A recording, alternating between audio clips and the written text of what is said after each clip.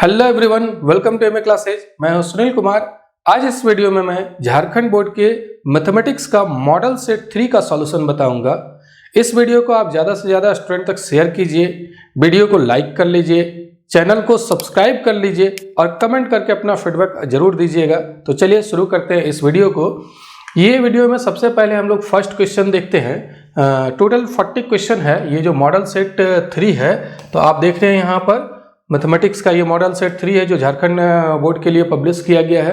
तो यहाँ पर टोटल 40 क्वेश्चन है। एक एक करके हम लोग सभी क्वेश्चन का सॉल्यूशन करेंगे। तो देखिए, सबसे पहला फर्स्ट क्वेश्चन क्या है कि इन द सेट ए एक सेट दिया हुआ है जिसमें एलिमेंट है 1, 3, 5, 7। Relation R is defined by, एक रिलेशन ऐसा डिफाइन किया गया है कि एक्स वाई ऑर्डर्ड पेयर इसका मेंबर होगा, जहां एक्स वाई सेट ए का मेंबर है और एक्स ग्रेटर देन वाई। तो देन आर इज, आर क्या है? रिफ्लेक्सिव है, सिमेट्रिक है, ट्रांजिटिव है या नन ऑफ दिस। तो देखिए, सबसे पहले रिलेशन कैसे डिफाइन किया गया है, मैं रिलेशन को ही लिख लेता हूं। हालांकि ये पूरा रिलेशन लिखने की जरूरत नहीं है, आप ऐसे डायरेक्ट भी बना सकते हैं, लेकिन मैं समझाने के लिए पूरा रिलेशन लिख रहा हूं ताकि आप कोई भी सवाल को बना सकते हैं। जरूरी नहीं कि मॉडल सेट में जो क्वेश्चन आया है उसी को आप बना सके, कोई भी क्वेश्चन को आप बना सकते हैं। आप कॉन्सेप्ट को समझ लीजिए। यहाँ पर पेयर एक्स वाई इसका मेंबर होगा रिलेशन का, अगर एक्स ग्रेटर देन वाई इस सेट में डिफाइन किया गया है। तो देखिए, 1 क्या 1 से बड़ा होगा क्या? 1 ग्रेटर देन 1 तो नहीं होगा, तो 1 इसका मेंबर नहीं होगा। फिर 1 ग्रेटर देन 3 भी तो नहीं है, तो 1 3 भी इसका मेंबर नहीं होगा। हाँ देखिए, 3 1 इसका मेंबर हो जाएगा। 3 ग्रेटर देन 1 है, ये दोनों नहीं है, लेकिन ये है। तो 3 ग्रेटर देन 1 है तो 3 1 इसका मेंबर हो जाएगा। फिर ऐसा पेयर बनाना है, 2 एलिमेंट का पेयर बनाना है, ऐसा पेयर बनाना है ताकि फर्स्ट कंपोनेंट जो है वो सेकेंड से बड़ा हो। फिर 5 और 1 का अगर हम लोग पेयर बना दे तो 5 1 जो है वो इसका मेंबर हो जाएगा, क्योंकि 5 ग्रेटर देन 1 है। फिर 7 1 भी इसका मेंबर हो जाएगा। इसके बाद अगर आप देखें तो 5 3 एक पेयर बन जाएगा, 5 3 भी इसका मेंबर हो जाएगा। उसके बाद 5 7 लेते हैं, 7 3 भी इसका मेंबर हो जाएगा। और उसके बाद एक और मेंबर होगा, 7 5 हो जाएगा। और कोई दूसरा पेयर नहीं बनेगा जो इसका मेंबर होगा, क्योंकि पेयर ऐसा बनाना है ताकि फर्स्ट कंपोनेंट जो है वो फर्स्ट कंपोनेंट बड़ा हो सेकेंड कंपोनेंट से। इसके अलावा तो और कोई मेंबर नहीं होगा, बस यही सब मेंबर है। तो चलिए अब ये देखिए रिफ्लेक्सिव है कि नहीं। प्रत्येक एलिमेंट अपने से रिलेटेड होना चाहिए तब रिफ्लेक्सिव होता है। 1 1 भी इसका मेंबर होना चाहिए, 3 3 भी मेंबर होना चाहिए, 5 5 भी होना चाहिए, 7 7 भी, तब ये रिफ्लेक्सिव होगा। यहाँ 1 1 तो नहीं है मेंबर, इसलिए रिफ्लेक्सिव नहीं है। सिमेट्रिक की बात करें तो जैसे 3 1 इसका मेंबर है तो 1 3 भी इसका मेंबर आना चाहिए, 1 3 इसका मेंबर नहीं है तो सिमेट्रिक भी नहीं होगा। ट्रांजिटिव की बात करें तो देखिए, ये जहां लास्ट हो रहा है वहां से कोई शुरू हो रहा है क्या? वहां से कोई तो शुरू नहीं हो रहा है। या ये जहां लास्ट हो रहा है वहां से स्टार्ट होने वाला कोई नहीं है, ये जहां लास्ट हो रहा है वहां से स्टार्ट होने वाला कोई नहीं है। ये देखना है कि जहां से जो एलिमेंट लास्ट कर रहा है, जैसे मान लीजिए ए और बी अगर आर का मेंबर है तो 20 पर ये लास्ट किया, मतलब सेकेंड कंपोनेंट बी है, तो बी से स्टार्ट होने वाला ढूंढना है। मान लीजिए बी सी इसका मेंबर है, तो अब देखना पड़ेगा कि बीच वाला बी को हटा दीजिए। यहाँ पर ये इसका फर्स्ट लास्ट और इसका सेकेंड कंपोनेंट फर्स्ट कंपोनेंट को हटा देंगे तो बचा ए सी। ए और सी भी आर का मेंबर होना चाहिए। अगर ये प्रत्येक पेयर के लिए, ऐसा किसी भी पेयर के लिए, प्रत्येक पेयर के लिए हो जाता है तब होता है ट्रांजिटिव। लेकिन क्या यहाँ पर ऐसा हो रहा है? जिस एलिमेंट पर ये लास्ट कर रहा है, मतलब इसका जो सेकेंड कंपोनेंट है वही इसका फर्स्ट कंपोनेंट होना चाहिए। ऐसा 2 पेयर ढूंढिए। तो 1 से स्टार्ट होने वाला तो कोई नहीं है। फिर उसके बाद ये लास्ट हो रहा है 3 से स्टार्ट होने वाला एक ये है। आप देख रहे हैं 5 3 यहाँ पर है, 5 3 और 3 1, ये 5 3 आर का मेंबर है और 3 1 भी आर का मेंबर है, ये भी आर का मेंबर है। तो अब ये 3 को हटा देंगे, बचा 5 1। 5 1 भी आर का मेंबर होना चाहिए, है या नहीं चेक कर लीजिए। 5 1 तो आर का मेंबर है। 3 से स्टार्ट होने वाला और तो कोई नहीं है। यहाँ पर ये 3 से लास्ट कर रहा है, 3 से स्टार्ट होने वाला ये है, तो ये 3 और ये 3 को आप हटा दीजिए, बचा 7 1। 7 1 तो इसका मेंबर है। या 5 से ये लास्ट हो रहा है, 5 से स्टार्ट होने वाला ये है, तो 5 हटा दीजिए, बचा 7 3। 7 3 भी इसका मेंबर है। तो ट्रांजिटिव हो जाएगा, ये ट्रांजिटिव हो जाएगा, लेकिन रिफ्लेक्सिव और सिमेट्रिक नहीं है। अब ये तो मैं पूरा रिलेशन लिख करके बताया हूँ। अगर आप रिलेशन लिख करके नहीं बनाना चाहें, डायरेक्ट बनाना चाहें, तो कैसे बना सकते हैं? देखिए, x ग्रेटर देन y रहने पर ही एक्स वाई इसका मेंबर है। इस रिलेशन का मेंबर तभी होगा जब फर्स्ट कंपोनेंट सेकेंड कंपोनेंट से बड़ा हो। तो कोई भी एलिमेंट अपने के साथ रिलेटेड होगा? एक्स इसका मेंबर होगा? नहीं होगा। क्यों नहीं होगा? क्योंकि फर्स्ट कंपोनेंट तो बड़ा नहीं है, यहाँ तो इक्वल है, तो इसीलिए ये नहीं होगा, यानी कि रिफ्लेक्सिव नहीं होगा। सिमेट्रिक की बात करें, मान लीजिए एक्स वाई आर का मेंबर है, सपोज कीजिए एक्स वाई आर का मेंबर है, तो निश्चित रूप से एक्स ग्रेटर देन वाई होगा। और एक्स अगर ग्रेटर देन वाई है तो वाई ग्रेटर देन एक्स तो नहीं होगा। जब एक्स वाई से बड़ा है तो वाई ग्रेटर देन एक्स तो होगा नहीं। अगर ये रहता तब ना वाई एक्स आर का मेंबर होता है, तो ये तो होगा नहीं। इसीलिए वाई एक्स जो है वो आर का मेंबर नहीं होगा, ये आर का मेंबर नहीं होगा। तो इसका मतलब सिमेट्रिक नहीं होगा। मैं डेफिनेशन से डायरेक्ट बता रहा हूँ, पूरा रिलेशन लिख नहीं रहा हूँ। पहले रिलेशन लिख करके बताया था, अब ये डायरेक्ट मैं बता रहा हूँ। ट्रांजिटिव की बात करें, मान लीजिए एक्स और वाई ये भी आर का मेंबर है, और वाई और जेड ये भी आर का मेंबर है। सपोज कर लीजिए, ट्रांजिटिव की बात मैं कर रहा हूँ। तो एक्स वाई जब आर का मेंबर है तो एक्स तो बड़ा होगा वाई से, और वाई जेड आर का मेंबर है तो वाई बड़ा होगा जेड से। अब एक्स बड़ा वाई से है, वाई जेड से बड़ा है, तो आप ये दोनों को कंबाइन करके कह सकते हैं कि x greater than Z. X greater than Y है, यहाँ वाई ग्रेटर देन जेड है, तो कंबाइन करके एक्स ग्रेटर देन जेड कह सकते हैं। और जब एक्स ग्रेटर देन जेड है तो मतलब एक्स जेड जो है वो निश्चित रूप से किसका मेंबर हो जाएगा? आर का, मतलब ट्रांजिटिव हो जाएगा। तो ऑप्शन सी जो है वो इसका करेक्ट आंसर होगा। चलिए अब आगे बढ़ते हैं, नेक्स्ट क्वेश्चन को देखते हैं। नेक्स्ट क्वेश्चन क्या कहता है?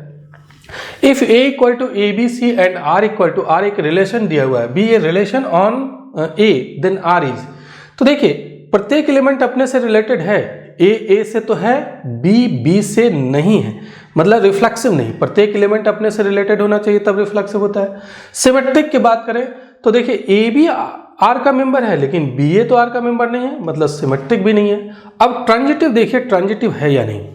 ये जहां से लास्ट हो रहा है ये पेयर, वहां से स्टार्ट ये हुआ, तो ये आप बीच वाला हटा दीजिए, ये वाला और ये वाला हटा दीजिए, तो बचा ए बी आर का मेंबर होना चाहिए। ए बी तो आर का मेंबर है, तो इसका मतलब यहाँ पर ये जो इससे लास्ट हो रहा है और ये स्टार्ट हुआ, तो ये दोनों को कंबाइन करते हैं तो ए बी आर का मेंबर आ जाता है। फिर ये जहाँ से लास्ट हुआ वो यहाँ से स्टार्ट हो रहा है ये, तो ए और ए को हटा दीजिए, बच्चा ए सी भी आर का मेंबर है।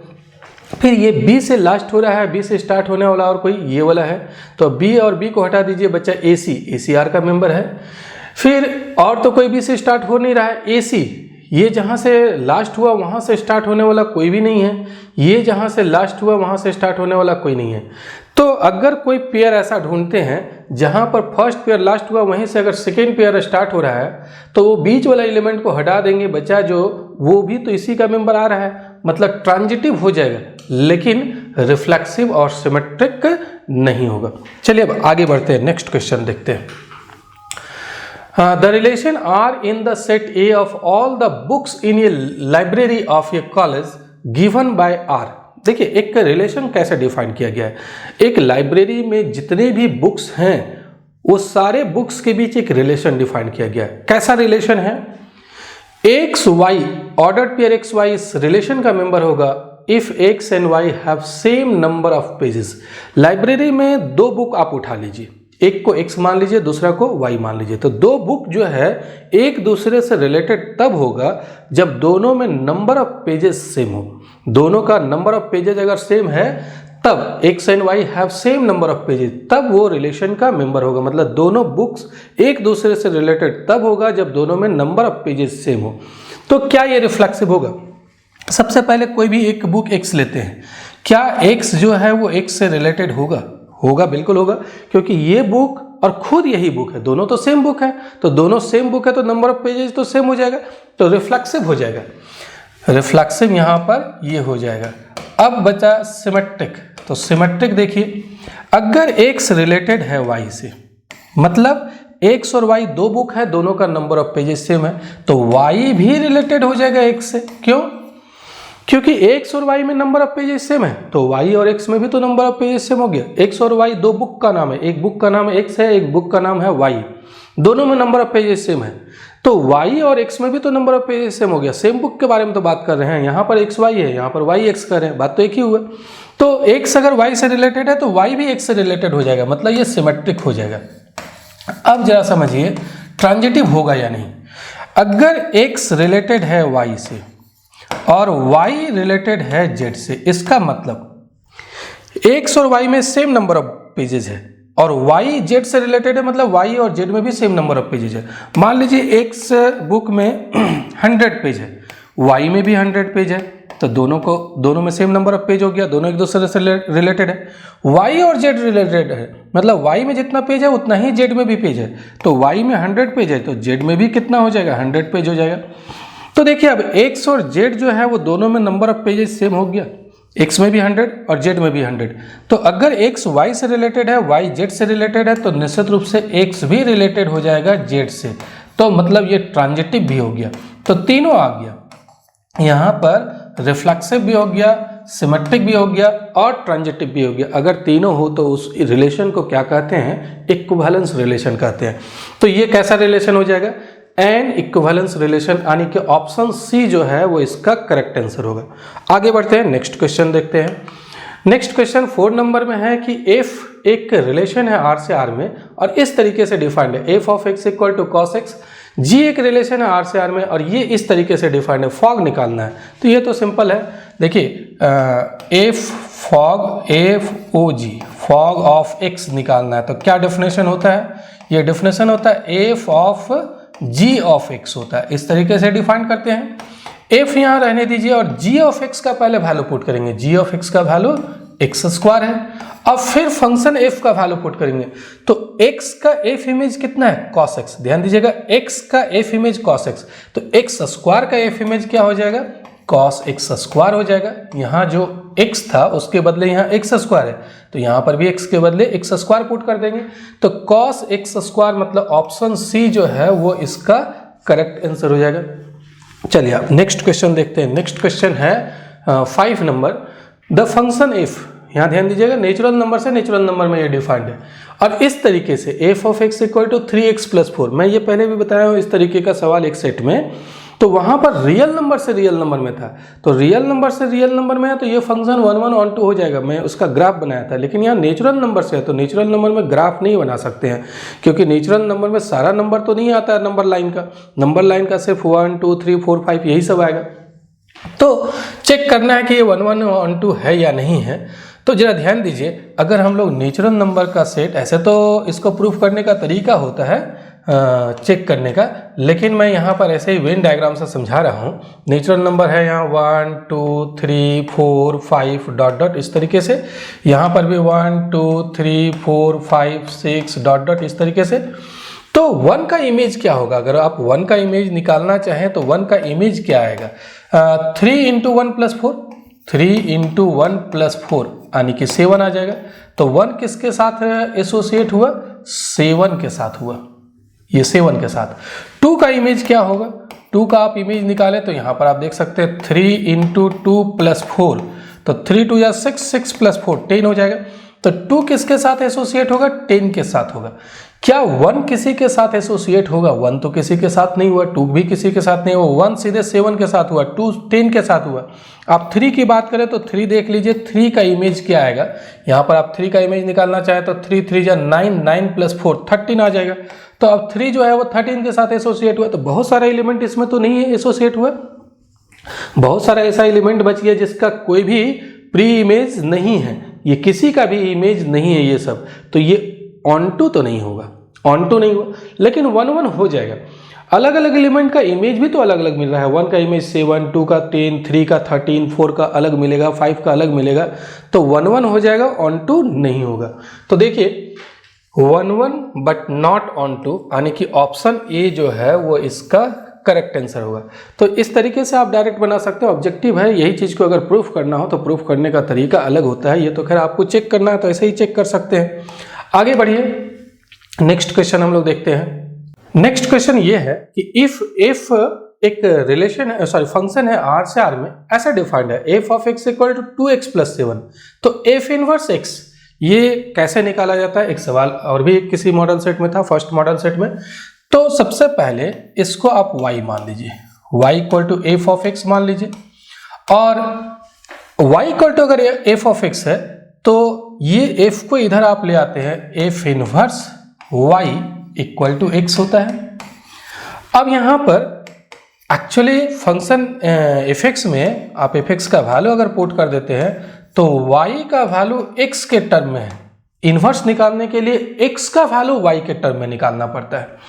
तो आप क्या कीजिए, 7 को इधर ले आइए, y माइनस 7, और यहाँ पर क्या बच जाएगा 2x। यही रूल आप याद रखिएगा कि y जो है वो x के टर्म में है, उल्टा काम करना पड़ेगा, x का वैल्यू y के टर्म में निकालना पड़ेगा। तो 2 इधर डिवाइड कर दीजिए, x का वैल्यू क्या हो जाएगा y माइनस 7 डिवाइडेड बाई 2, और x के जगह आप क्या पुट कर सकते हैं, x के जगह f इनवर्स y लिख सकते हैं। तो f inverse y equal to क्या हो गया y माइनस 7 डिवाइडेड बाई 2। अब ये फंक्शन में आप y लिखिए या x लिखिए या कोई भी वेरिएबल लिखिए, उससे कोई फर्क नहीं पड़ता है। तो f इनवर्स y के जगह आप x पुट कर दीजिए, तो f inverse x equal to क्या हो जाएगा x माइनस 7 डिवाइडेड बाई 2। तो यही इनवर्स फंक्शन हो जाएगा, f inverse x equal to x minus 7 divided by 2, यानी ऑप्शन डी जो है वो इसका करेक्ट आंसर है। अब चलिए आगे बढ़ते हैं, नेक्स्ट क्वेश्चन देखते हैं। नेक्स्ट क्वेश्चन है principal value of tan inverse minus 1। तो tan इनवर्स माइनस 1 का प्रिंसिपल वैल्यू आप जानते हैं माइनस पाई बाई 2 से पाई बाई 2 होता है, और माइनस पाई बाई 2 से पाई बाई 2 मतलब ये 0 हो गया, ये पाई बाई 2 हो गया, और ये माइनस पाई बाई 2 हो गया। तो प्रिंसिपल वैल्यू लिखना है, ये अगर नेगेटिव है तो यहाँ पर आएगा, फोर्थ क्वाड्रेंट में आएगा, मतलब 0 से माइनस पाई बाई 2 में आएगा। तो आप ढूंढिए कौन सा 0 से माइनस पाई बाई 2 में एंगल होगा जिसका टेंजेंट माइनस 1 हो। तो tan माइनस पाई बाई 4 का वैल्यू निकालिए, माइनस पाई बाई 4 आपको ढूंढना है। अगर ये पॉजिटिव रहता है तो फर्स्ट क्वाड्रेंट में, नेगेटिव है तो फोर्थ क्वाड्रेंट में देखेंगे, मतलब इस क्वाड्रेंट में 0 से माइनस 90 डिग्री के बीच में। तो माइनस 45 डिग्री का वैल्यू देखिए, tan माइनस थीटा का फॉर्मूला क्या होता है माइनस tan थीटा होता है, और tan पाई बाई 4 का वैल्यू क्या होता है 1 होता है। तो यहाँ पर माइनस 1 आ गया। अब tan को आप उधर ले जाइए, minus pi by 4 equal to कितना आ जाएगा tan इनवर्स माइनस 1। तो tan इनवर्स माइनस 1 का प्रिंसिपल वैल्यू क्या हो गया माइनस पाई बाई 4 हो गया, यानी कि ऑप्शन बी जो है वो इसका करेक्ट आंसर है। आप सिंपली ऐसे अगर आपको फॉर्मूला याद है तो आसानी से निकाल सकते हैं कि माइनस 1 कौन से एंगल का टेंजेंट होगा। तो माइनस 1 माइनस पाई बाई 4 का होगा तो आप डायरेक्ट लिख सकते हैं। चलिए अब आगे बढ़ते हैं, नेक्स्ट क्वेश्चन देखते हैं 8 नंबर। The value of cos of sine inverse a plus cos inverse a. Sine inverse a plus cos inverse a का फॉर्मूला होता है पाई बाई 2। तो ये क्या हो जाएगा कॉस, और यहाँ पर आ जाएगा पाई बाई 2, और कॉस पाई बाई 2 का वैल्यू क्या होता है, कॉस पाई बाई 2 का वैल्यू होता है 0, साइन कॉस 0 का वैल्यू 1 होता है और कॉस पाई बाई 2 का वैल्यू 0 होता है। तो ऑप्शन सी जो है वो इसका करेक्ट आंसर होगा।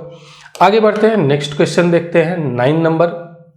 यहाँ पर भी आप डायरेक्ट लिख सकते हैं, देखिए ये साइन रहने दीजिए और ये पाई बाई 3, यहाँ पर इसका प्रिंसिपल वैल्यू लिखिए। कुछ भी नहीं लिखा हुआ तो जनरली प्रिंसिपल वैल्यू लिखते हैं। तो आप प्रिंसिपल वैल्यू लिखने के लिए क्या करेंगे, कौन से एंगल का साइन का वैल्यू माइनस 1/2 हो वही इसका वैल्यू हो जाएगा। कौन सा एंगल ढूंढना है, साइन इनवर्स माइनस 1/2 मतलब एक एंगल ढूंढना है जिसका साइन का वैल्यू माइनस 1/2 हो। तो माइनस 1/2 है तो फोर्थ क्वाड्रेंट में जाएगा, इसका भी माइनस पाई बाई 2 से पाई बाई 2 होता है प्रिंसिपल वैल्यू ब्रांच। तो माइनस 1/2 मतलब फोर्थ क्वाड्रेंट में नेगेटिव एंगल में ढूंढिए कि नेगेटिव एंगल में कौन सा होता है। तो देखिए साइन आप माइनस पाई बाई 6 का वैल्यू निकालेंगे तो साइन माइनस थीटा का क्या फॉर्मूला होता है माइनस साइन थीटा होता है, और साइन पाई बाई 6 का वैल्यू होता है 1/2, तो माइनस 1/2।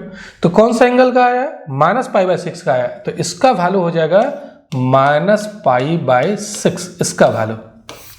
तो ये कितना हो गया, साइन आ रहा है यहाँ पर, और पाई बाई 3 ये माइनस माइनस प्लस हो जाएगा प्लस पाई बाई 6, दोनों को आप ऐड कर लीजिए। ये 60 डिग्री है और ये 30 डिग्री है, 60 प्लस 30 90 डिग्री हो जाएगा। तो आपका ये आया sin π/2 और sin π/2 का वैल्यू होता है 1, यानी कि कौन सा ऑप्शन सही हुआ? डी जो ऑप्शन है वो इसका करेक्ट आंसर होगा। चलिए आगे बढ़ते हैं। Next question 10 number. If tan inverse x equal to -√3, यहाँ पर भी थोड़ा सा मिस्टेक है, एक्चुअली होना चाहिए ऐसा, tan inverse -√3 equal to x, तो then value of x tan inverse -√3 होना चाहिए। तो आप यहाँ पर भी क्या करना है, एंगल ढूंढिए जिसका tan का वैल्यू -√3 हो। तो कौन सा एंगल होता है? -π/3 होता है, -60 डिग्री। -60 डिग्री का आप tan -60 डिग्री का वैल्यू निकालिए, tan -60 डिग्री का वैल्यू, तो ये कितना आएगा? tan -θ का फार्मूला -tan θ और tan π/3 हो जाएगा, और tan π/3 का वैल्यू क्या होता है? √3 होता है। तो -√3 किसका वैल्यू आ रहा है? -√3 आ रहा है -π/3 का, तो -π/3 यानी कि ऑप्शन बी जो है वो इसका करेक्ट आंसर हो जाएगा। चलिए अब आगे बढ़ते हैं। नेक्स्ट क्वेश्चन देखते हैं 11 नंबर। ये दोनों मैट्रिक्स इक्वल है, तो वैल्यू निकालना एक्स वाई का। तो क्या करना पड़ेगा? दो मैट्रिक्स तभी इक्वल होता है जब करस्पॉन्डिंग एलिमेंट इक्वल हो। ये x प्लस वाई किसके इक्वल होना चाहिए? x plus Y equal to 5 होना चाहिए। ये 2 और 2 तो है ही इक्वल, 5 के इक्वल है। फिर x माइनस वाई किसके इक्वल होना चाहिए? -1 के। अब दोनों को आप ऐड कर लीजिए, तो ऐड करते हैं तो क्या होगा? x प्लस x 2x, और ऐड करेंगे तो ये कैंसिल हो जाएगा। यहाँ पर आप ऐड कीजिएगा तो 4 आ जाएगा। तो यहाँ से x का वैल्यू क्या हो जाएगा? x का वैल्यू 2, अब इधर डिवाइड कर देते हैं तो x का वैल्यू 2 हो गया। और सब्ट्रैक्ट भी कर लीजिए, तो सब्ट्रैक्ट करते हैं तो x कैंसिल हो जाएगा, ये दोनों सब्ट्रैक्ट करने पर 2y, और यहाँ सब्ट्रैक्ट करते हैं तो 6 हो जाएगा। तो y का वैल्यू क्या हो जाएगा? y का वैल्यू आपका 3 आया। कौन सा ऑप्शन सही होगा? 2 और 3, x का वैल्यू 2, y का वैल्यू 3, तो ऑप्शन सी जो है वो इसका करेक्ट आंसर है। नेक्स्ट क्वेश्चन देखते हैं। नेक्स्ट है 12 नंबर में। ये एक मैट्रिक्स दिया हुआ है, ऑर्डर पूछा जा रहा है, बड़ा सिंपल है। तो एक रो है, 3 कॉलम है, तो पहले रो लिखते हैं बाद में कॉलम लिखते हैं। तो एक रो 3 कॉलम मतलब 1/3, एक्चुअली इसका ऑप्शन जो है वो 1/3 हो जाएगा। एक रो 3 कॉलम है, तो ये इसका आंसर हो गया। आगे 13 नंबर। एक मैट्रिक्स दिया हुआ है, a² निकालना है, तो कैसे निकालेंगे? देखिए मैट्रिक्स को आपको अगर मल्टीप्लाई करने नहीं आता है तो सीख लीजिए। a² का मतलब क्या हो गया? a और e। हालांकि मैं बोल रहा हूँ कि मैट्रिक्स को मल्टीप्लाई नहीं करने आता, ये तो बड़ा आश्चर्य की बात होगा। जब आप पढ़े तो मैट्रिक्स मल्टीप्लिकेशन निश्चित रूप से आता होगा। a और a को मल्टीप्लाई करना है। a है 0 1 1 0, और यहाँ पर फिर a लिखना है 0 1 1 0। अब देखिए कैसे मल्टीप्लाई करते हैं, मैं एक सिंपल तरीका बता रहा हूँ आपको। बाद वाला जो मैट्रिक्स है उसमें कितना कॉलम है वो देख लीजिए। बाद वाला मैट्रिक्स में 2 कॉलम है, तो इसके रो को 2 बार ऐड करके लिख जाइए। 0 + 1, इसके रो को ऐड करना है, फिर 0 + 1, फर्स्ट रो को ऐड किए। सेकेंड रो को भी 2 बार ऐड कर दीजिए, 1 + 0 1 + 0। क्या किए हम लोग? इसमें 2 कॉलम था तो इसके रो को 2 बार ऐड करके लिख दिए। फर्स्ट रो को भी 2 बार ऐड करके लिखे हैं, सेकेंड रो को भी 2 बार ऐड करके लिखे। इसका फर्स्ट कॉलम उठाएंगे 0 1 0 1, यहाँ मल्टीप्लाई कर देंगे, यहाँ 0 और 1 मल्टीप्लाई कर देंगे। इसका सेकेंड कॉलम उठाएंगे 1 0, सेकेंड में मल्टीप्लाई करेंगे 1 0, यहाँ पर भी 1 0। तो अब देख लीजिए कितना आया। ये आ रहा है 1 और ये आ रहा है 0, यहाँ भी 0 आ रहा है, यहाँ आ रहा है 1। तो कौन सा ऑप्शन ट्रू हो गया? यही a² निकल गया, 1 0 0 1, मतलब ये ऑप्शन बी जो है वो करेक्ट आंसर होगा इसका।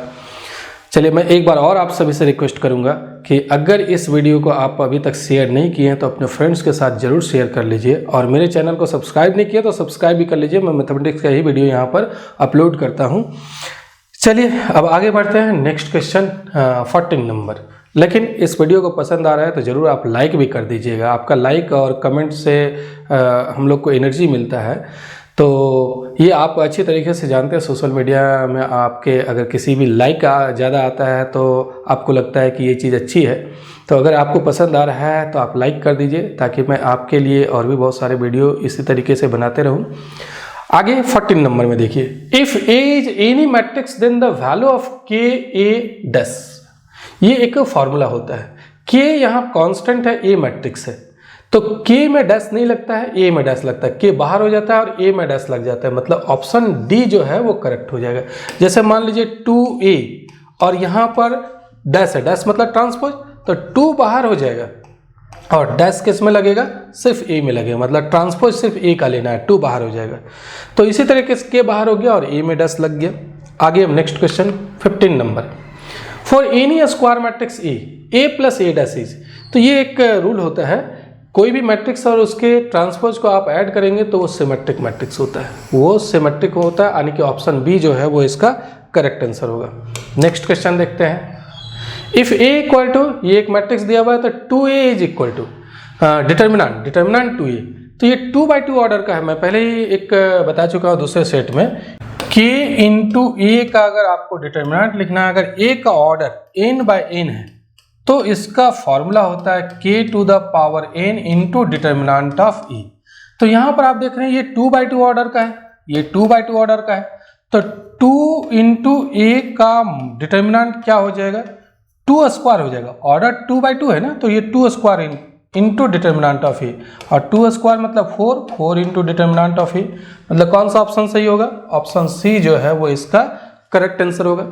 अब आगे बढ़ते हैं, नेक्स्ट क्वेश्चन देखते हैं। नेक्स्ट है 17 नंबर, ये दोनों डिटर्मिनेंट इक्वल है, x का वैल्यू निकालना है, बड़ा आसान है। देखिए इस डिटर्मिनेंट को एक्सपेंड कर लीजिए, 2 इंटू 1 2 और -5 4 जा 20, और यहाँ पर आप एक्सपेंड कीजिए 2x into x 2x square और -6 4 जा 24, ये 2 - 20 -18 हो जाएगा, और यहाँ पर ये 24 को आप इधर ले आइए तो +24, और यहाँ पर क्या हो जाएगा 2x स्क्वायर, 24 में 18 सब्ट्रैक्ट करते हैं 6 इक्वल टू 2x स्क्वायर, 2 आप इधर डिवाइड कर दीजिए तो x स्क्वायर का वैल्यू आ रहा है 3 और x का वैल्यू हो जाएगा ±√3, तो ±√3 यानी कि ऑप्शन सी जो है वो इसका करेक्ट आंसर है।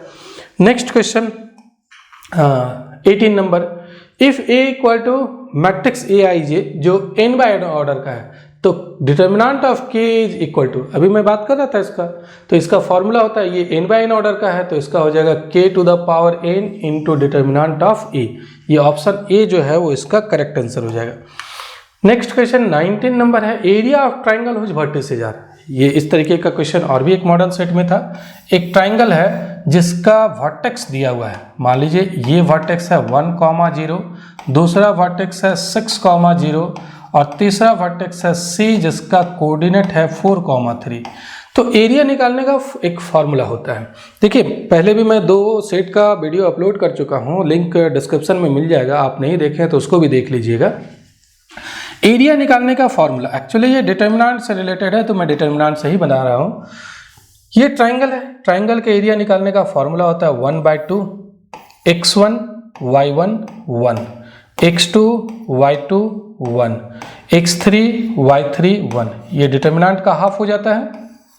तो x1 y1 x2 y2 x3 y3 यहाँ पर ट्राइंगल का वर्टेक्स का कोऑर्डिनेट है, तो ट्राइंगल का वर्टेक्स का कोऑर्डिनेट क्या है 1 0, x1 y1 की जगह 1 0 और फिर यहाँ पर 1 रहने दीजिए, x2 y2 मतलब दूसरे कोऑर्डिनेट 6 0 और फिर 1, x3 y3 मतलब 4 और 3 और यहाँ पर 1।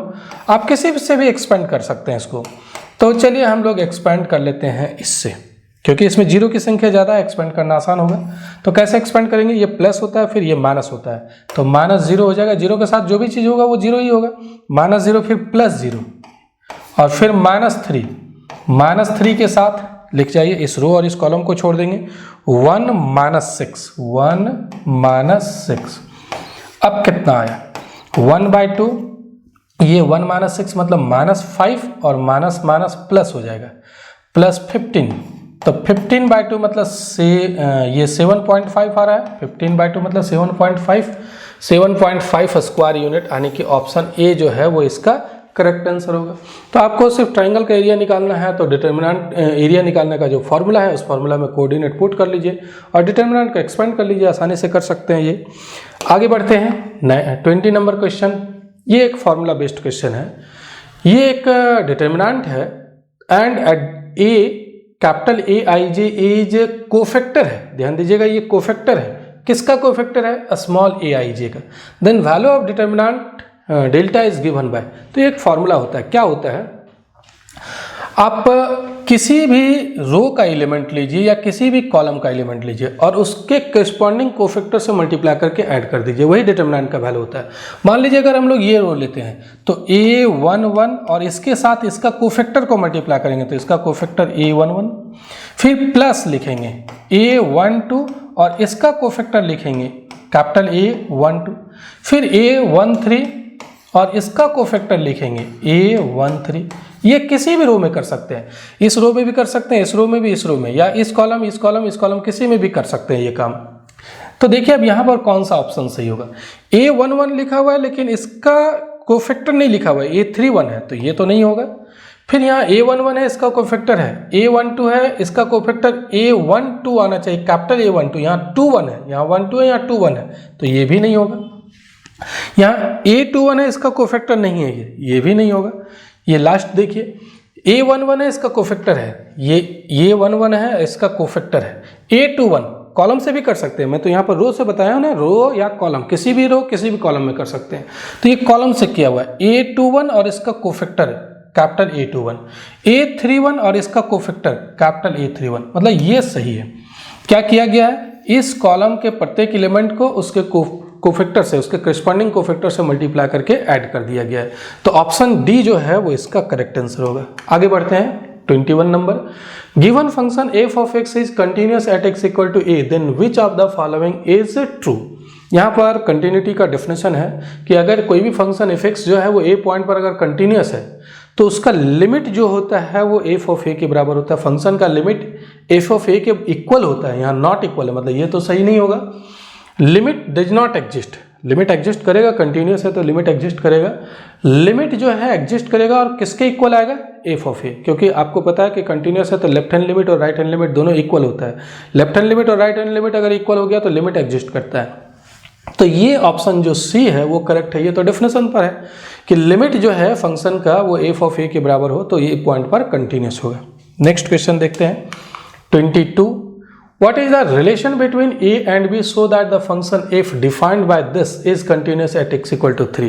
तो ये continuous है x equal to 3 पर, तो x equal to 3 पर continuous है तो इसका जो लेफ्ट हैंड लिमिट होगा x tends to 3 minus function का जो लेफ्ट हैंड लिमिट होगा और फंक्शन का जो राइट हैंड लिमिट होगा वो दोनों इक्वल होगा। कंटिन्यूअस है तो फंक्शन का राइट हैंड लिमिट ये भी इक्वल होगा, तो left hand limit right hand limit निकाल लीजिए।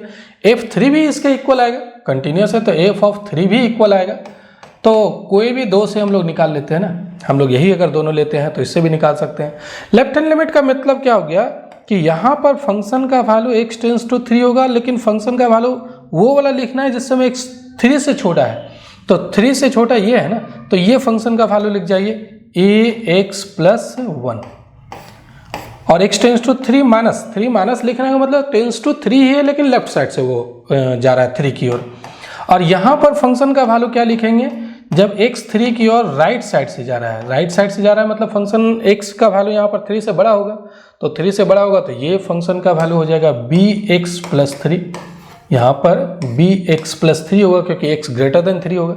इसमें आप 3 पुट कर दीजिए, 3 पुट करेंगे तो 3a प्लस 1 आ जाएगा। x टेंस टू 3 माइनस मतलब 3 ही हुआ, 3a प्लस 1 हो गया।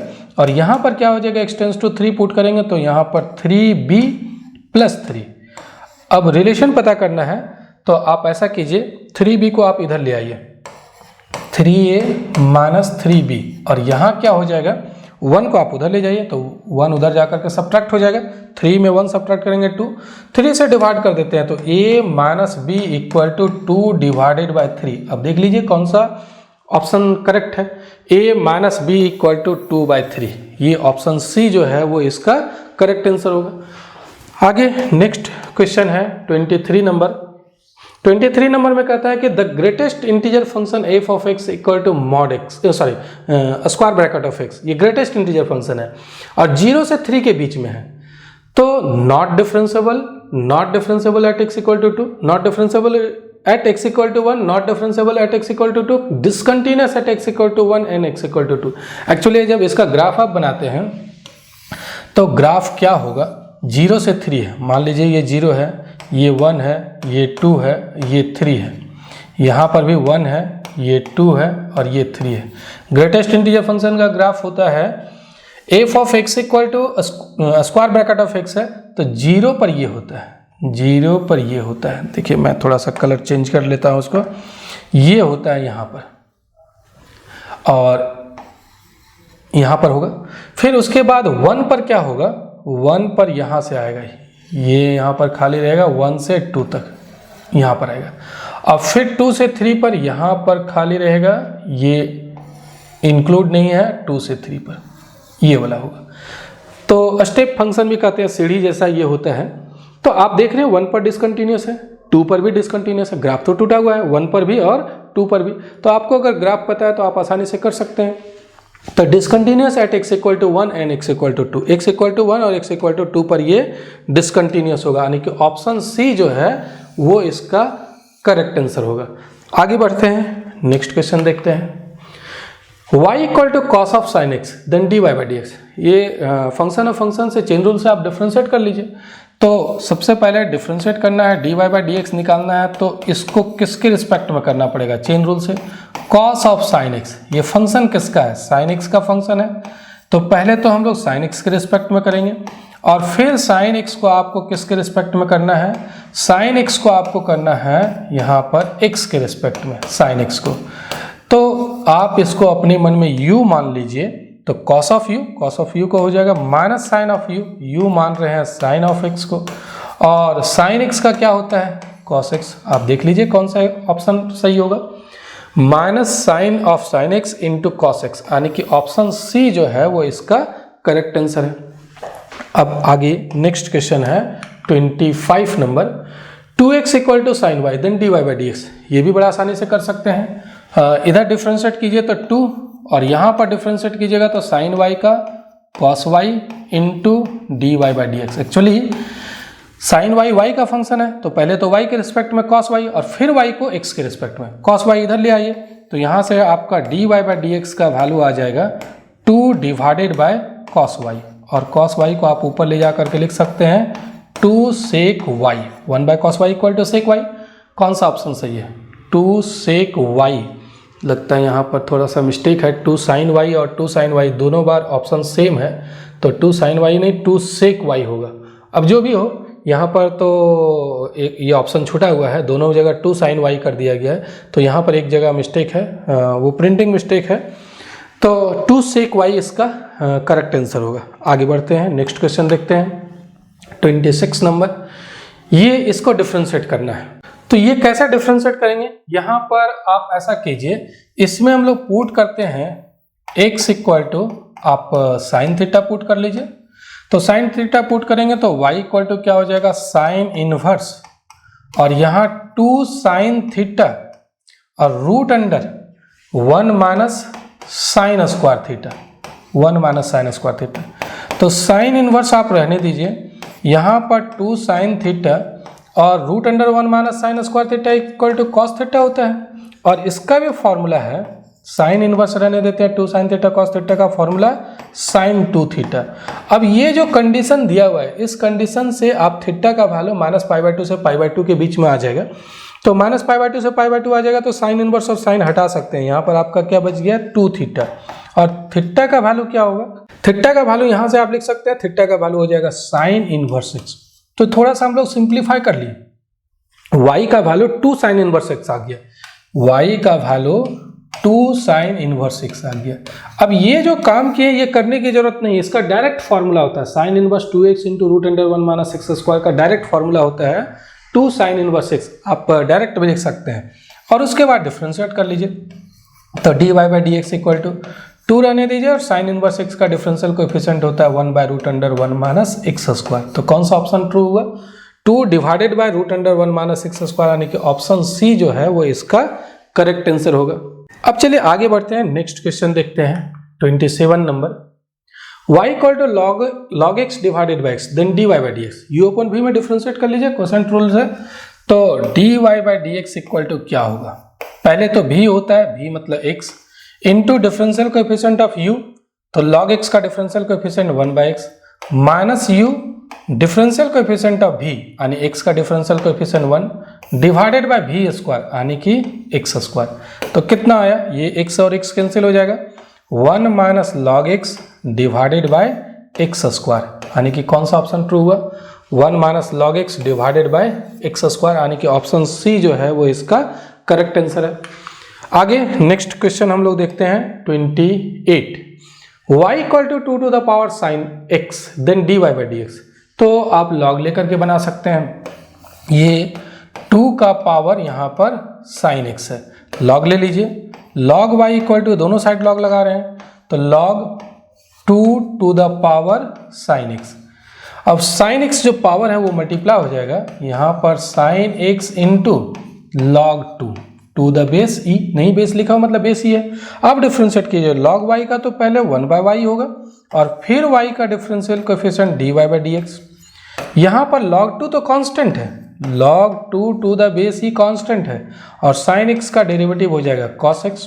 आप y को उधर मल्टीप्लाई कर दीजिए तो dy by d x equal to आ रहा है, पहले y लिखते हैं फिर हम लोग cos x ही लिख जाते हैं और उसके बाद लिखते हैं log 2 to the base e. y का वैल्यू पुट कर दीजिए, y कितना है, y है 2 to the power sine x है y का वैल्यू और यहाँ पर है cos x into log 2 to the base e. तो कौन सा ऑप्शन सही हुआ, option 2 to the power sine x cos x log 2, ये वाला बेस नहीं लिखा मतलब बेस ई होगा।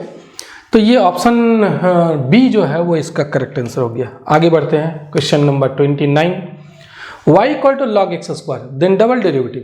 तो लॉग एक्स स्क्वायर है, ये पावर तो मल्टीप्लाई हो जाएगा, y इक्वल टू क्या हो जाएगा 2 लॉग एक्स, एक बार डिफरेंशिएट कीजिए dy बाई डी एक्स, अगर एक बार डिफरेंशिएट करते हैं तो ये 2 तो कांस्टेंट है और log x का होता है 1 बाई एक्स, फिर से डबल एक बार डिफरेंशिएट कर दीजिए d2 by d x square, 2 तो कांस्टेंट है और 1 बाई एक्स का डेरिवेटिव हो जाएगा माइनस 1 बाई एक्स स्क्वायर। तो कितना आया ये -2 डिवाइडेड बाई एक्स स्क्वायर यानी कि कौन सा ऑप्शन करेक्ट होगा, -2 divided by x square, option d जो है वो इसका करेक्ट आंसर होगा। Next question 30 number, x equal to a cos theta y equal to a sine theta dy by d x.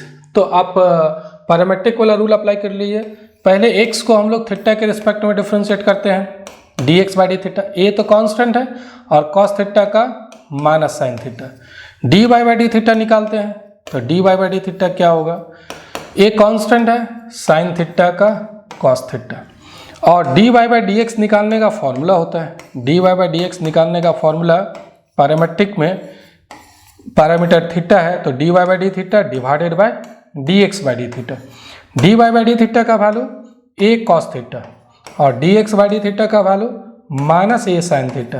तो a और a तो cancel हो जाएगा, cos theta by sine theta हो जाएगा, ये माइनस रहने दीजिए, माइनस cot थीटा। तो कौन सा ऑप्शन करेक्ट हुआ, ऑप्शन डी जो है वो इसका करेक्ट आंसर होगा। नेक्स्ट 31 नंबर, ये stone is dropped into a quick lake and waves moves in a circle at a speed of 4 centimetre at the instant when the radius of circular wave is 10 centimeter, how fast is the enclosed area increasing। देखिए आप एक झील है, उस झील में एक तालाब ही मान लीजिए, तो उसमें आप एक पत्थर फेंकिएगा, तो पत्थर फेंकने से क्या होता है, पत्थर फेंकने से एक सर्कुलर वेव बनता है और वो धीरे धीरे एक्सपैंड होता है, बड़ा होते जाता है। तो जो सर्कुलर वेव है वो फिक्स नहीं है, वो धीरे धीरे इंक्रीज कर रहा है, चेंज हो रहा है वो। तो जब चेंज हो रहा है तो रेडियस भी चेंज होगा, रेडियस चेंज होगा तो इसका एरिया भी चेंज हो जाएगा। तो कहता है कि waves moves in a circle at a speed of 4 centimetre. ये मूव कैसे कर रहा है, 4 सेंटीमीटर पर सेकेंड, मतलब इसका रेडियस बढ़ने का रेट दिया हुआ है, dr बाई dt दिया हुआ है 4 सेंटीमीटर पर सेकेंड। ये इस रेट से सर्कल जो है वो बड़ा हो रहा है या सर्कल बढ़ रहा है। तो हम लोग को क्या निकालना है कि at the instant when the radius of circular wave is 10 centimetre, जिस समय radius 10 centimetre, how fast the enclose area increasing. ये जो इनक्लोज एरिया है वो किस रेट से बढ़ रहा है। तो एरिया निकालने का फॉर्मूला आप तो जानते हैं, सर्कल में पाई आर स्क्वायर होता है, इसको डिफ्रेंशिएट कर लीजिए। एरिया का रेट ऑफ चेंज निकालना है तो टाइम के रिस्पेक्ट में डिफ्रेंशिएट कर लेंगे, पाई कांस्टेंट है, आर स्क्वायर का 2r और dr बाई dt हो जाएगा। dr बाई dt का वैल्यू हम लोग को पता है, तो 2 पाई r और D R by D T का वैल्यू दिया हुआ है 4, यानी कि ये 8 पाई आर हो गया। और किस समय निकालना है? जिस समय सर्कुलर वेव का रेडियस 10 सेंटीमीटर है, मतलब r इक्वल टू 10 सेंटीमीटर है, उस समय निकालना है।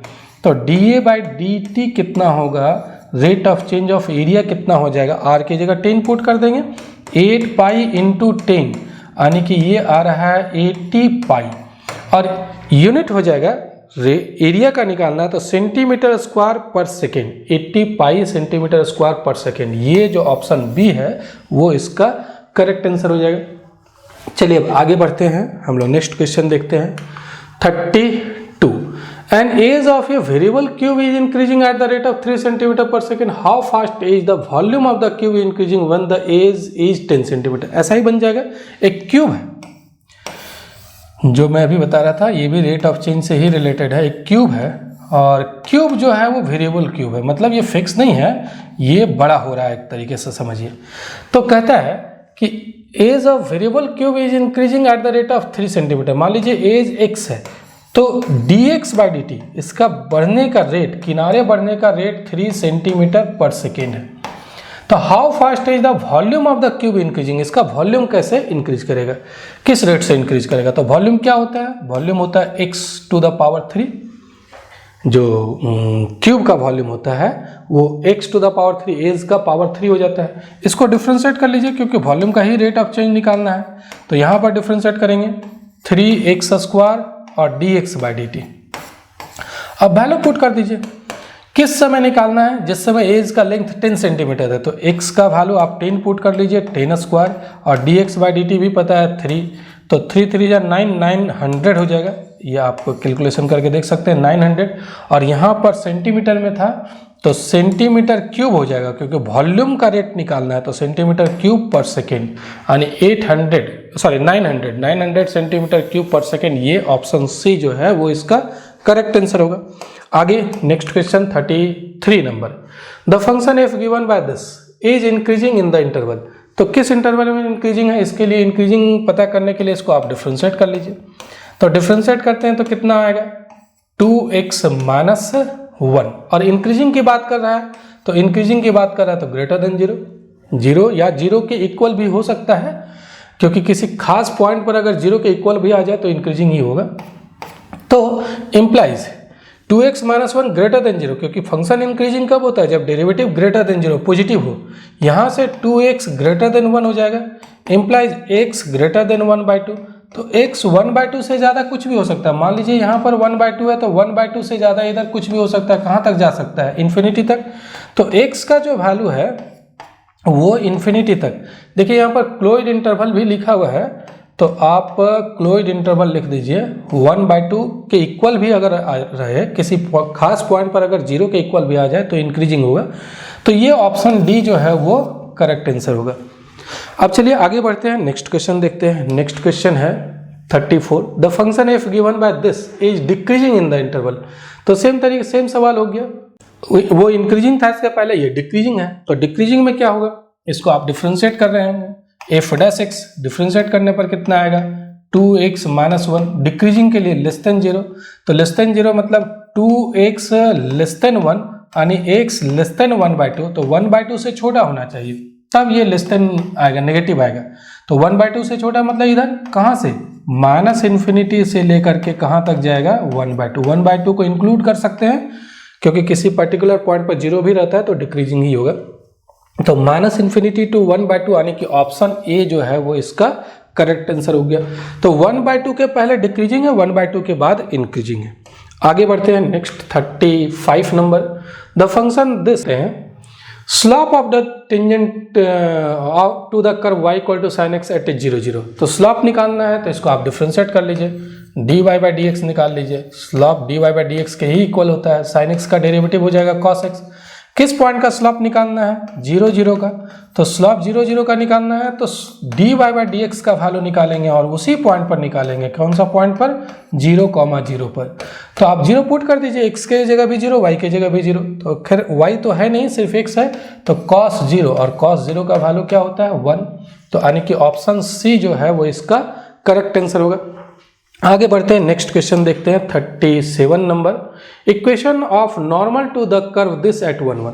तो देखिए सबसे पहले तो dy बाई डी एक्स निकाल लीजिए, इसको डिफ्रेंशिएट कर लीजिए 2dy बाई डी एक्स, और यहाँ पर डिफ्रेंशिएट करते हैं 3 का तो 0, वहाँ हो जाएगा -2x, 2 कैंसिल हो जाएगा, तो dy बाई डी एक्स का वैल्यू आ गया आपका -x। किस पॉइंट पर निकालना है, उसी पॉइंट पर भी निकाल लीजिए dy बाई डी एक्स का वैल्यू, जिस पॉइंट पर नॉर्मल का इक्वेशन निकालना है। तो 1 1 पर निकालना है, तो x का वैल्यू 1 और y का वैल्यू 1, x ही है सिर्फ, तो x का वैल्यू 1 पुट कर देंगे। अब 1 1 पर नॉर्मल का इक्वेशन निकालना, नॉर्मल का इक्वेशन निकालने का फॉर्मूला होता है y minus y1 equal to -1 divided by dy by d x at x1 y1, जिस पॉइंट का निकालना है x1 y1 into x minus x1। तो ये फॉर्मूला होता है, इस फॉर्मूला में पुट कर दीजिए y माइनस y1 का वैल्यू तो 1 है क्योंकि पॉइंट 1 1 है, x1 भी 1 y1 भी 1, और dy बाई डी एक्स का वैल्यू 1 1 पर, तो dy बाई डी एक्स का वैल्यू 1 1 पर क्या है, निकला -1, और x -1 यहाँ पर रहने दीजिए। तो ये y -1 और यहाँ पर माइनस माइनस तो प्लस हो जाएगा, तो बचा क्या, x -1 कैंसिल हो जाएगा, y इक्वल टू x। तो y इक्वल टू x, आप x को उधर ले जाइए या y को उधर ले जाइए, तो y अगर उधर ले जाएंगे तो x minus y equal to 0 हो जाएगा। तो ये ऑप्शन, ये y अगर उधर ले जाते हैं तो x minus y equal to 0, यानी कि ऑप्शन डी जो है वो इसका करेक्ट आंसर होगा, यही नॉर्मल का इक्वेशन हो गया। Next 38 number, slope of the normal to the curve this, इस कर्व का नॉर्मल का स्लॉप निकालना है। तो नॉर्मल का स्लॉप कैसे निकलता है, नॉर्मल का जो स्लॉप होता है, स्लॉप ऑफ नॉर्मल का फॉर्मूला है स्लॉप ऑफ नॉर्मल, जिस पॉइंट का निकालना है तो ये निकालना है, ये फॉर्मूला होता है -1 divided by dy by d x. अगर p पॉइंट का निकालना है तो p पॉइंट का dy बाई डी एक्स लिखेंगे। तो इसको आप डिफ्रेंशिएट कीजिए, डिफ्रेंशिएट करते हैं तो dy by d x equal to क्या होगा, यहाँ पर आ जाएगा आपका 6x - 12, और dy बाई डी एक्स किस पॉइंट का निकालना है, dy by d x x equal to 1 का, तो x की जगह आप 1 पुट कर दीजिए, तो 1 पुट करेंगे तो 6 - 12, तो 6 - 12 मतलब -6, आप पुट कर दीजिए यहाँ पर -1, और dy बाई डी एक्स का वैल्यू जो इस पॉइंट पर निकालना है x इक्वल टू 1 पर, तो ये -6 निकला है, मतलब ये क्या हो जाएगा 1/6, स्लॉप ऑफ नॉर्मल 1/6 हो गया, यानी कि ऑप्शन सी जो है वो इसका करेक्ट आंसर होगा। आगे बढ़ते हैं, next question 39 number, maximum value of this function, इस फंक्शन का मैक्सिमम वैल्यू क्या होगा, और 0 से पाई तक है। तो मैक्सिमम वैल्यू निकालने के लिए आप इसको डिफ्रेंशिएट कीजिए, f' equal to sin 2x का क्या होगा 2 cos 2x, और double derivative f'(x), double derivative निकालते हैं तो फिर 2 मल्टीप्लाई होगा 4, और cos का होता है -sin 2x। अब ये 0 पुट करना है, मैक्सिमम मिनिमम वैल्यू के लिए f' इक्वल टू क्या पुट करते हैं 0, तो 2 cos 2x equal to 0 put करेंगे, तो यहाँ से cos 2x का वैल्यू आ गया 0। अब कौन कौन सा एंगल होगा, 2x इक्वल टू क्या होगा, cos π/2 का वैल्यू 0 होता है, और फिर 3 π/2 का होता है, 3 π/2 का भी 0 होता है, cos π/2 का और 3 π/2 का, तो 2 उधर डिवाइड कर दीजिए, तो x का वैल्यू हो जाएगा π/4, और कौन सा आएगा, यहाँ पर आएगा 3 π/4। एक्चुअली हम लोग को 0 से पाई तक ही लिखना है, 0 से पाई तक, और भी कई एंगल का वैल्यू होता है, कोसाइन 0 होता है, लेकिन हम लोग वो सब नहीं लिख रहे हैं क्योंकि पाई से आगे हो जाएगा। अब π/4 पुट करके देखिए क्या आता है, f'(x) के जगह π/4 पुट करते हैं, तो π/4 पुट करते हैं तो -4, और π/4 का डबल π/2 हो जाएगा, और sin π/2 का वैल्यू 1 होता है, तो -4 आ गया, नेगेटिव आ गया, नेगेटिव आ गया तो मैक्सिमम वैल्यू मिल जाएगा π/4 पर मैक्सिमम वैल्यू। तो मैक्सिमम वैल्यू कितना होगा, पुट कर लीजिए, f π/4 ही मैक्सिमम वैल्यू हो जाएगा, तो sin 2 इंटू π/4, और π/4 का डबल करेंगे तो sin π/2, और sin π/2 का वैल्यू कितना आएगा 1, तो मैक्सिमम वैल्यू 1 हो जाएगा। देखिए एंगल कुछ भी हो, साइन का वैल्यू 1 से ज़्यादा नहीं होता है, तो एंगल यहाँ 2x रहे, 3x रहे, 4x रहे, जो भी रहे, साइन का वैल्यू हमेशा 1 से ज़्यादा कभी नहीं होता है, तो मैक्सिमम वैल्यू 1 होगा। आप डायरेक्ट भी लिख सकते हैं, ये तो मैं पूरा कंप्लीट बताया हूँ। और मिनिमम वैल्यू क्या हो जाएगा, -1 हो जाएगा, साइन का वैल्यू -1 और 1 के बीच में ही होता है। तो ये तो बिना मैक्सिमम मिनिमम का चेक किए ही आप कर सकते हैं। 40 नंबर में if x is real the minimum value of f of x equal to this, इसका मिनिमम वैल्यू निकालना है।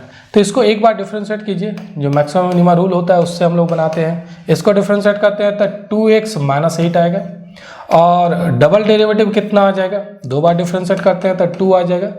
हायर ऑर्डर डेरिवेटिव टेस्ट से हम लोग मिनिमम वैल्यू चेक कर रहे हैं। मैक्सिमम मिनिमम निकालने के लिए f dash x equal to 0 put किया जाता है, तो f डैश x का वैल्यू निकला हुआ है 2x माइनस 8, इसको 0 पुट कर दीजिए, तो यहाँ से x का वैल्यू 4 आ गया। अब 4 पुट करके देखिए, f डबल डैश 4, x की जगह 4 पुट करते हैं, x तो है नहीं, वही 2 रह जाएगा, ग्रेटर देन 0। अगर ये पॉजिटिव आ गया तो क्या मिलेगा, मैक्सिमम वैल्यू मिलेगा। तो मैक्सिमम वैल्यू कहाँ पर मिला, 4 पर, तो 4 पर मैक्सिमम वैल्यू हो जाएगा, नहीं f4 मैक्सिमम वैल्यू हो जाएगा। तो f4 का वैल्यू क्या आएगा, 4 स्क्वायर माइनस 8 इंटू 4 प्लस 17, तो 4 स्क्वायर मीन्स हो गया 16, और ये हो जाएगा 32 प्लस 17, तो 33 माइनस 32 1 आ जाएगा। तो 1 जो है इसका मिनिमम, देखिए ध्यान दीजिएगा, सॉरी यहाँ पर ठीक मिनिमम वैल्यू मिलेगा। पॉजिटिव आ गया तो मिनिमम वैल्यू मिलेगा, राइट। पॉजिटिव आ गया तो यहाँ पर क्या मिलेगा, मिनिमम। अगर नेगेटिव आता है तो क्या मिलता है, मैक्सिमम वैल्यू मिलता है। तो यहाँ पर पॉजिटिव आ रहा है मतलब मिनिमम वैल्यू मिलेगा। तो मिनिमम वैल्यू कौन सा हो जाएगा, 1 इसका मिनिमम वैल्यू हो जाएगा। तो क्या करना है, डबल डेरिवेटिव टेस्ट में एक बार डिफरेंशिएट कीजिए, फिर 2 बार डिफरेंशिएट कीजिए। स्टेशनरी पॉइंट निकालने के लिए जहां डिफरेंशियल कोएफिशिएंट जो आया फर्स्ट डेरिवेटिव वो 0 पुट कर दीजिए, यहां से x का वैल्यू निकाल लीजिए, और इस x पर हम लोग डबल डेरिवेटिव चेक करते हैं। डबल डेरिवेटिव अगर पॉजिटिव आ गया तो मिनिमम वैल्यू, तो 4 पर निकाले तो 2 आ गया, पॉजिटिव आ गया, मिनिमम वैल्यू मिलेगा। कहाँ पर मिलेगा, 4 पर, तो 4 पुट कर दिए, यहाँ से मिनिमम वैल्यू पता चल गया। तो इस तरीके से ये टोटल 40 क्वेश्चन का सॉल्यूशन हो गया। ये 3rd सेट था, 4th सेट मैं नेक्स्ट डे अपलोड करूँगा। और फिर से एक बार रिक्वेस्ट है कि ये जितना भी सेट मैं अपलोड कर रहा हूँ सभी आप अपने फ्रेंड्स के साथ जरूर शेयर कीजिए, और चैनल नहीं सब्सक्राइब किए हैं तो सबसे पहले चैनल को सब्सक्राइब कर लीजिए। चलिए आज इस वीडियो में बस यहीं तक, मिलते हैं नेक्स्ट वीडियो में। इस वीडियो को देखने के लिए बहुत बहुत धन्यवाद, थैंक यू।